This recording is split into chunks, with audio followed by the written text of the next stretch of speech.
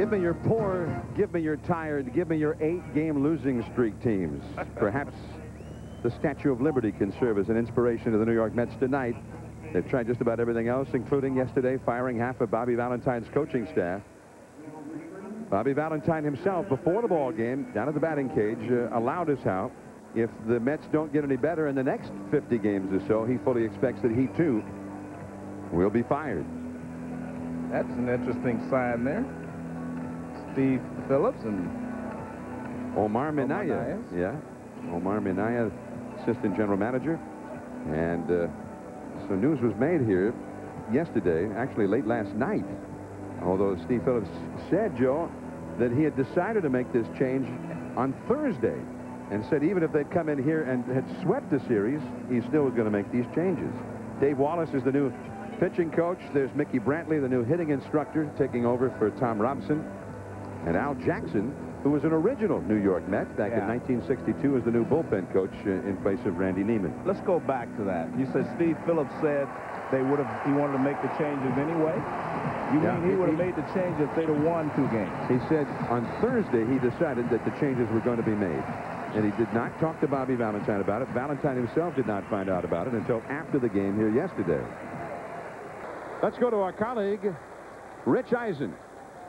All right, John, thanks very much. I'm with the man in this town on the hot seat more than Rudolph Giuliani, general manager of the Mets, Steve Phillips. Steve, what did you hope to accomplish by letting go of the 3 coaches last night? Well, we've been struggling. I think at 27 and 28, we're certainly underachieving as a team, and we thought we needed to make some changes. Our pitching has struggled. Our 5 starters have an ERA over 5, and we thought we needed to do something to make a change. We have Dave Wallace. We put him in place, and we haven't been hitting with runners in scoring position and thought we needed to make a change there, too, and hopefully it's going to help us.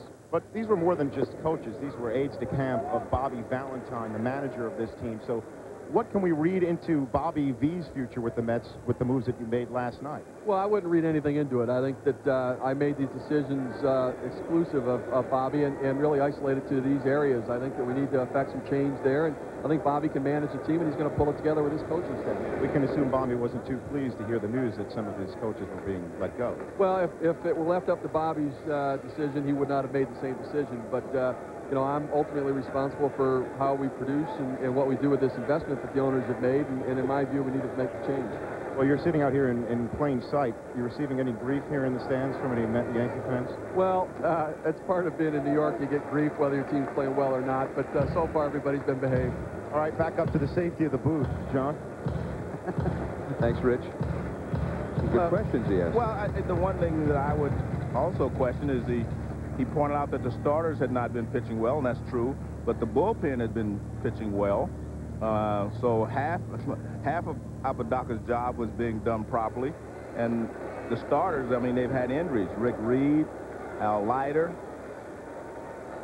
Bobby Jones, I mean, they've all been injured. I mean, and they were your key starters for the season, but again, he has the right to make those decisions, and I think the good point he made is that he's ultimately responsible for the investment that, you know, the ownership has made in this ball club.